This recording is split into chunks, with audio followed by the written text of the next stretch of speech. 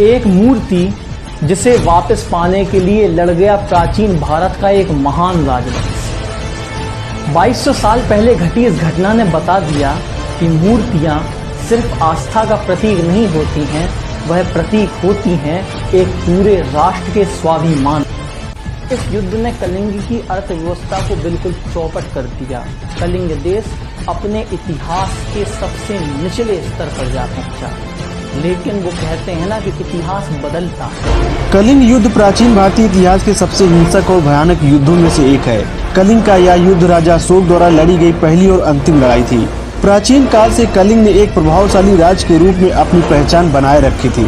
कलिंग की सैन्य शक्ति भी भयानक थी, इसीलिए अशोक के पूर्ववर्ती राजाओं चंद्रगुप्त मौर्य और बिंदुसार ने कभी भी कलिंग पर आक्रमण करने की हिम्मत नहीं की। अशोक को भी कलिंग पर आक्रमण करने के लिए राज्याभिषेक के बाद 8 साल का लंबा इंतजार करना पड़ा। कलिंग के लोग हिंद महासागर पर हावी थे और विदेश व्यापार पर भी नियंत्रण रखते थे। पूर्वी समुद्री तट पर उनका वर्चस्व मगध व्यापारियों के लिए पूर्व में समुद्री मार्गों को लगभग बंद कर देता था। इसलिए मौर्य वंश के लिए कलिंग पर आक्रमण आवश्यक हो गया था।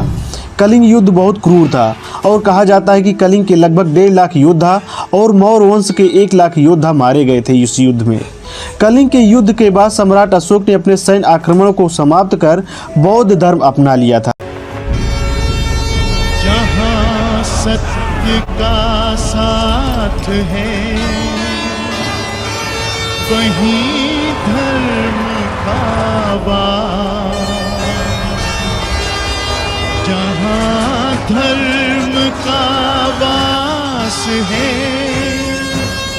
वहीं विजय की आस।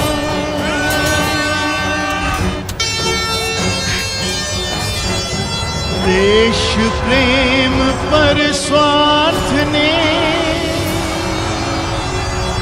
विष का किया प्रयोग। भीष्म विदुर दोनों विवश है असाध्य यह रोग।